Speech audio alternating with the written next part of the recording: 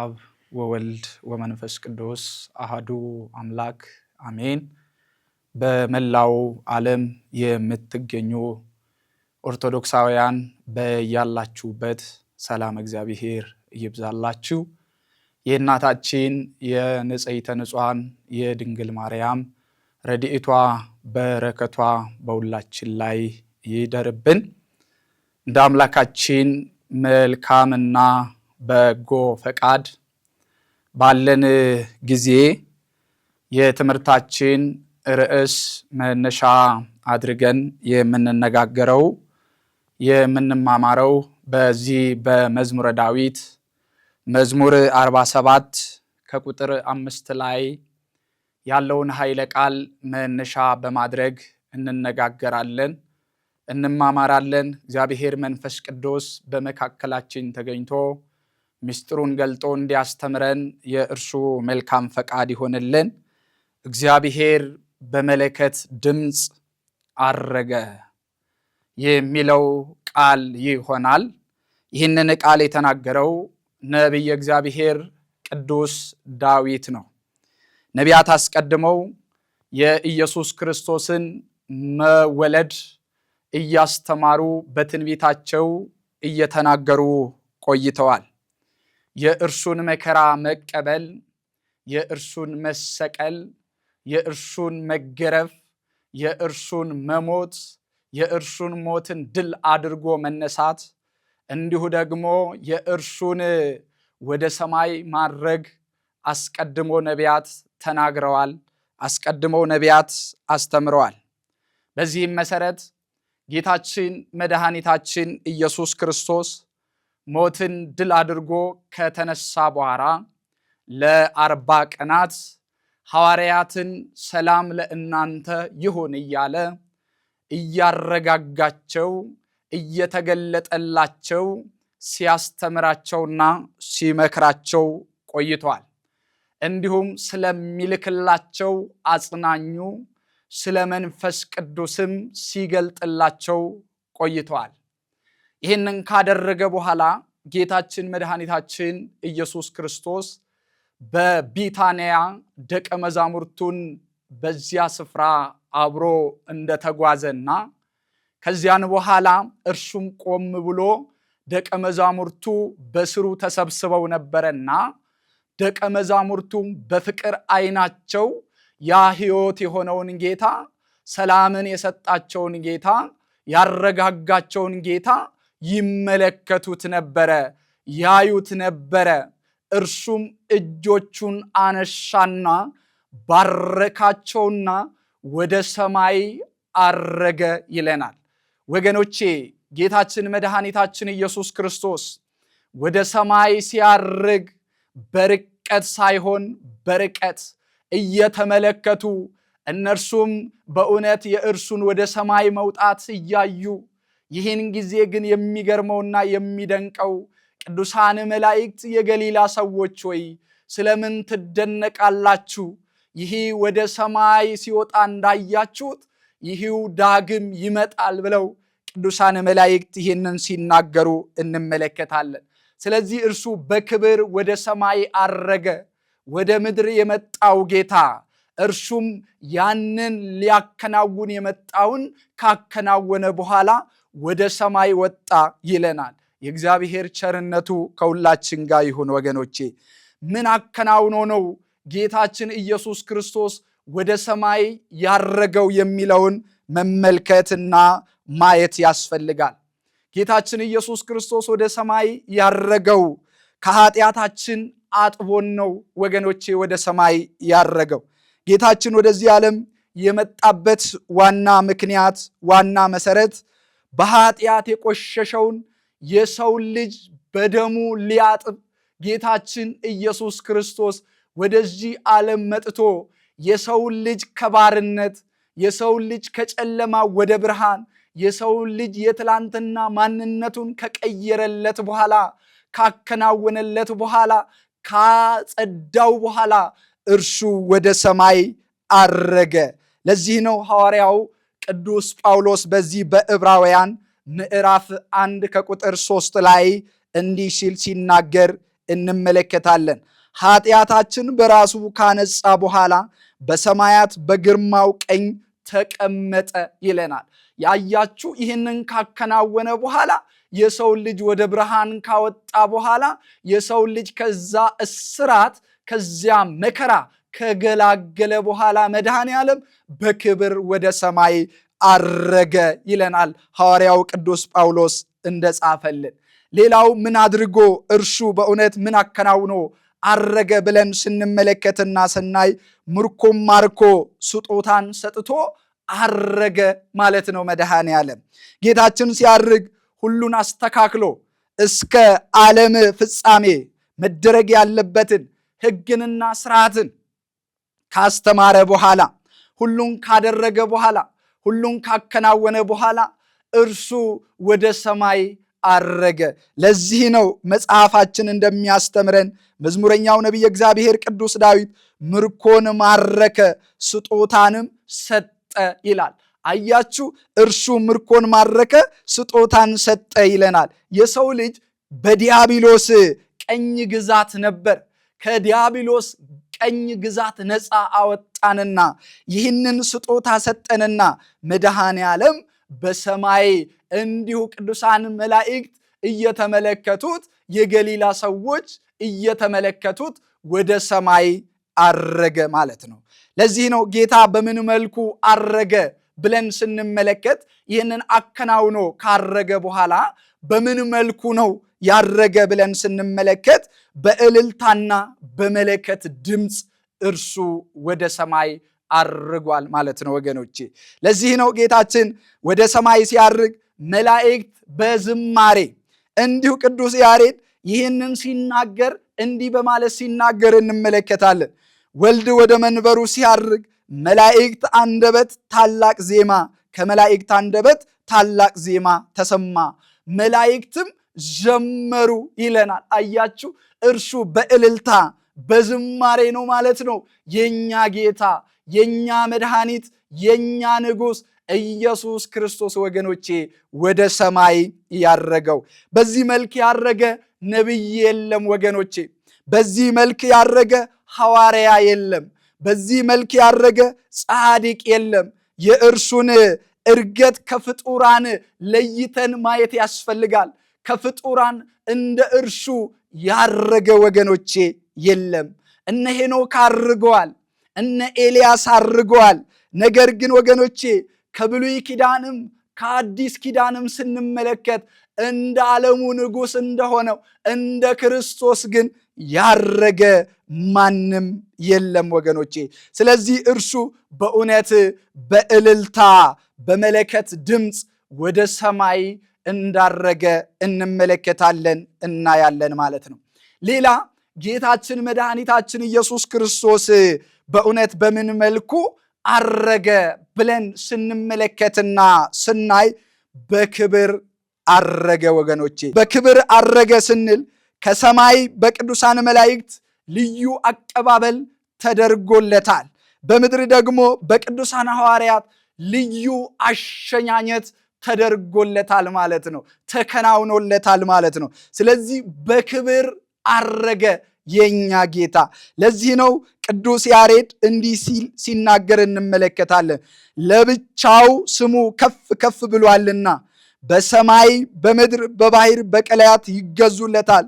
እርሱ የክብር የንጉሥ በእውነት ንጉሥ ተነስቶ በምስጋና አረገ ይለናል። አያችሁ፣ ስለዚህ እርሱ በክብር ነው፣ በልዩ አሸኛኘት ነው ማለት ነው እርሱ በእውነት ወደ ሰማይ ያረገው ማለት ነው ወገኖቼ።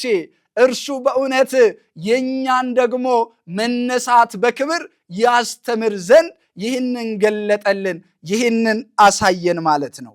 ሌላ በስልጣኑ ነው ጌታችን መድኃኒታችን ኢየሱስ ክርስቶስ ወገኖቼ ወደ ሰማይ ያረገው። በስልጣኑ አረገ ስንል አሳራጊ ሳይኖር አጋዥ ሳይኖር እርሱ በስልጣኑ እርሱ በኃይሉ እርሱ ወደ ሰማይ አረገ ወገኖቼ። ቅዱሳን በእውነት እንዲሁ ዛሬ በመጽሐፍ ቅዱሳችን ላይ ያረጉትን ስናነሳቸው እነርሱ ደጋፊ ያስፈልጋቸዋል። እነርሱ አጋዥ ያስፈልጋቸዋል። የኛ ጌታ ግን የኛ ንጉሥ መድኃኔ ዓለም ግን ያለ አንዳች አጋዥ በስልጣኑ ወደ ሰማይ አርጓል ወገኖቼ። ለዚህ ነው በስልጣኑ ሞትን ድል አድርጎ ተነስቷል። በመጽሐፍ ቅዱሳችን ላይ በዚህ በዮሐንስ ወንጌል ላይ ተጽፎ እንደምንመለከተው አልዓዛርስ በእውነት ከሞት ተነስቶ የለምን ልትሉኝ ትችላላችሁ። አልዓዛር ግን በስልጣኑ አይደለም፣ በኃይሉ አይደለም የተነሳው፣ እርሱ በእግዚአብሔር ኃይል ነው። እርሱ ግን ወገኖቼ ሞትን ድል አድርጎ የተነሳው የዓለሙ ሁሉ መድኃኒት ክርስቶስ በስልጣኑ ነው። ወደ ሰማይ የሚያረገው በስልጣኑ ነው። ለዚህ ነው ቅዱስ ያሬድ እንዲህ ሲል ሲናገር እንመለከታለን። ስልጣኑን የማይቀሙት የሰንበት ጌታ ኢየሱስ ክርስቶስ ሞቱን፣ ቅድስት ትንሣኤኑንና ወደ ሰማይ ማረጉን እናምናለን ብሎ ሲናገር እንመለከታለን። ስለዚህ የእርሱን በስልጣኑ ወደ ሰማይ ማረጉን ዛሬም እኛ እናምናለን ማለት ነው። ዛሬም እኛ በእውነት ቤተ ክርስቲያን የእርሱን በክብር ወደ ሰማይ ማረግ ታስተምረናለች፣ ትመክረናለች ማለት ነው። ለምን አረገ ነው ሌላ ነጥብ ስንመለከትና ስናይ ለምን አረገ የኛ ጌታ ካልን ወገኖቼ መንፈስ ቅዱስን ለመላክ ነው ወደ ሰማይ ያረገው። አጽናኝ የሆነውን መንፈስ ቅዱስን ሊልክ እርሱ ወደ ሰማይ አረገ። ለዚህ ነው ለደቀ መዛሙርቱ ጌታችን መድኃኒታችን ኢየሱስ ክርስቶስ እንዲህ ሲል ሲናገር እንመለከታለን። ወደ አብ አርጋለሁ፣ ስለ እናንተም ለምናለሁ። እኔም ካላረኩ መንፈስ ቅዱስ ወደ እናንተ ሊመጣ አይችልም አለ። አያችሁ፣ መንፈስ ቅዱስ ወደዚያ ወደኛ ሊመጣ እርሱ ማድረግ ያስፈልጋል ማለት ነው። ስለዚህ መንፈስ ቅዱስ ደግሞ በእውነት አጽናኝ ነው፣ ኃይል ነው። ስለዚህ ይሄ ኃይል የሚሆናችሁን የሚያጸናችሁን መንፈስ ቅዱስን እንልክላችሁ ወደ ሰማይ በእውነት አርጋለሁ ብሎ የኛ ንጉሥ መድኃኔ ዓለም ሲናገር እንመለከታለን። ለምን አረገ ካልን ስለዚህ መንፈስ ቅዱስን ሊልክ ኢየሱስ ክርስቶስ ወደ ሰማይ አርጓል ማለት ነው። ክርስቲያኖች በእውነት ሌላው ደግሞ ምንድነው? እርሱ ለምን አረገ ብለን ስንመለከት ስራውን እንደፈጸመ ለማስረዳት ነው እርሱ ያረገው። ለዚህ ነው ሁሉም እንደተፈጸመ ተናገረ፣ ተፈጸመ አለ። በእውነት እርሱ ሊያድን መጥቷልና የሰው ልጅ መዳን ተከናወነ፣ ተፈጸመ አለና የመፈጸሙን የመከናወኑን ጌታችን ኢየሱስ ክርስቶስ ሲናገር እንመለከታለን። ለዚህ ነው ጌታችን በወንጌሉ እንዲህ አለ፣ የሰጠኝን ስራ ፈጽሜ በምድር ላይ አከበርኩህ ሲል ሲናገር እንመለከታለን ማለት ነው። ስለዚህ ይህንን የመጣበትን ዓላማ ሰው ልጅ ሊያድን እንደመጣ ተምረናል። ስለዚህ ይህንን ሁሉ አከናውኖ መጨረሱን ሊያስረዳ በእውነት እርሱ ወደ ሰማይ አረገ። ሌላው ደግሞ ለምንድነው ያረገው ብለን ስንመለከት ለደቀ መዛሙርቱ ደስታ ፍጹም ለማድረግ ነው። እንግዲህ ደቀ መዛሙርቱ እንደሚታወቀው ፈርተው ነበረ ወገኖች። ደቀ መዛሙርቱ በራቸውን ዘግተው ነበረ። ያ ሕይወት የሆነው ያ የሚያጽናናን ያ ጉልበት የሆነን የተራብን ጊዜ የሚያበላን የተጠማን ጊዜ የሚያጠጣን የተሰበሩትን የሚጠግን የወደቁትን የሚያነሳ የተራቡትን የሚያበላ አይነ ስውራንን በእውነት የሚያድን የሚፈውስ የሚተረትር እርሱን አጥተናል ብለው ፈርተው ደንግጠው በራቸውን ዘግተው ነበር። እርሱ ግን በእውነት ተስፋ መቁረጥ እንደሌለባቸው እርሱ ተስፋ በእርሱ እንደሚቆርጡ ወይንም ደግሞ ተስፋን አጥተው እንዲቅበዘበዙ አይፈልግምና እርሱ ተስፋን የሚቀጥል አባት አምላክ መሆኑን ያስረዳቸው ዘንድ ሞትን ድል አድርጎ እንደተነሳ በዝግ ቤት ገብቶ ሰላም ለእናንተ ይሁን ብሎ እንደሰበከላቸው ትንሣኤውን ሲገልጥላቸው እጅግ በጣም ተደስተው ነበረ። በእውነት ደስ ብሏቸው ነበረ በአንደኛው። በሁለተኛው ደግሞ እርሱ ወደ ሰማይ ሲመለከቱት ወደ ሰማይ ሲወጣ እያዩ በተመለከቱ ጊዜ ደስ ብሏቸው ነበረና ይህን ደስታቸውን ፍጹም ሊያደርግላቸው መድኃኔ ዓለም በእውነት እንዳረገ እንመለከታለን ማለት ነው። ለዚህ ነው እንዲህ ይላል በሉቃስ ወንጌል ላይ እንደተጻፈ እስከ ቢታንያ አወጣቸው፣ እጆቹንም ዘርግቶ እየባረካቸው ወደ ሰማይ አረገ። ሰገዱለትም፣ እጅግም ደስ ብሏቸው ወደ ኢየሩሳሌም ተመለሱ አለ። አያችሁ፣ እጅግ ደስ ብሏቸው። ለምን? የእነርሱ ጌታ ሞቶ እንዳልቀረ ደግሞ እያዩት ወደ ሰማይ ሲወጣ ስለተመለከቱት ደስ አላቸው።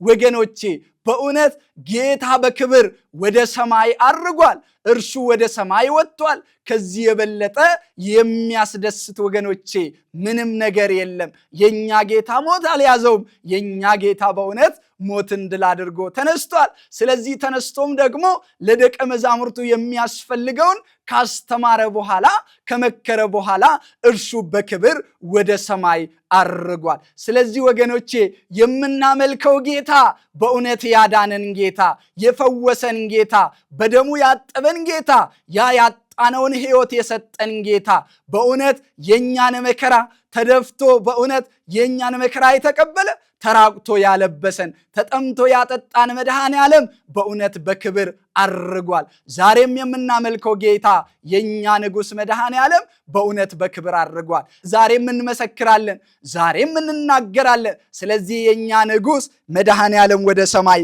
አርጓል። ስለዚህ ወገኖቼ እነርሱም ደስ አላቸው፣ ሰገዱለትም። በእውነት እነርሱም ወደ ኢየሩሳሌም ተመለሱ፣ በዚያም ቆዩ ይለናል። አያችሁ፣ ዛሬም እኛ ኢየሩሳሌም የተባለችው ቤተ ክርስቲያን ናት። የእርሱን እርገት እንናገራለን።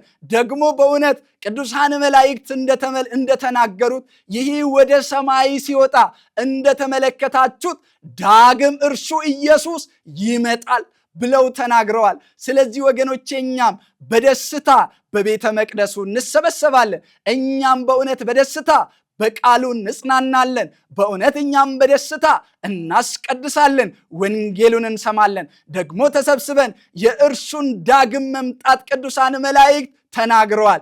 ነቢያትም አስቀድመው ተናግረዋል። ይህ ሕይወት የሆነ መድኃኔ ዓለም ይመጣልና፣ ወደ ሰማይ የወጣ መድኃኔ ዓለም ዳግም ይመጣልና።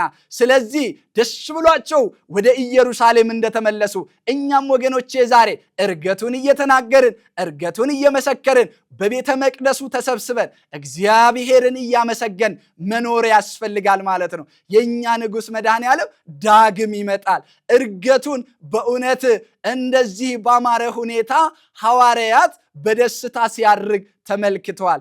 ዛሬ ወገኖቼ እኛም ሐዋርያት የተመለከቱት ወደ ሰማይ ያረገውን ንጉሥ መድኃኔ ዓለም ስለ እርሱ እንናገራለን፣ ስለ እርሱ እንመሰክራለን። ስለዚህ ይህ በዓል ታላቅ በዓል ነው ወገኖቼ። ቤተ ክርስቲያን የእርሱን ማረግ ወደ ሰማይ መውጣት ትመሰክራለች፣ ትናገራለች። ሞተ ብላ በእውነት ሞትን ድል አድርጎ የተነሳው መድኃኔ ዓለም ሞቱ አልቀረም። ሞትን ድል አድርጎ ተነስቷል። ተነስቶም በክብር እርሱ ወደ ሰማይ አርጓል። ስለዚህ ዳግም ይመጣል ወገኖቼ። እርሱን በቤተ መቅደሱ ተሰብስበን በተስፋ ዳግም መምጣቱን እንጠባበቃለን ማለት ነው። ስለዚህ ሁላችንም በእርሱ አምላክነት በእርሱ አባትነት አምነን በእውነት በደስታ ከቤተ መቅደሱ ሳንጠፋ በእውነት በወንጌሉ እየተኮተኮትን እንድንኖር መድኃኔ ዓለም ሁላችንንም ይርዳል። ስለዚህ ነቢያት ተናግረዋል። ነቢያት በተናገሩት መሰረት የእኛ ንጉሥ መድኃኔ ዓለም በክብር ወደ ሰማይ አርጓል። ስለዚህ ወገኖቼ እኛም እርገቱን እንናገራለን፣ እንመሰክራለን። የእኛ ጌታ ንጉሥ ሞትን ድል አድርጎ ተነስቶ ወደ ሰማይ አርጓል፣ ዳግምም ይመጣል። ስለ እርሱ እንመሰክራለንና የአባቶቻችን አምላክ ስሙ የከበረና የተመሰገነ ይሁን። የኛ ጌታ በክብር ወደ ሰማይ አረገ። ወስብሐት ለእግዚአብሔር። ይቆየን።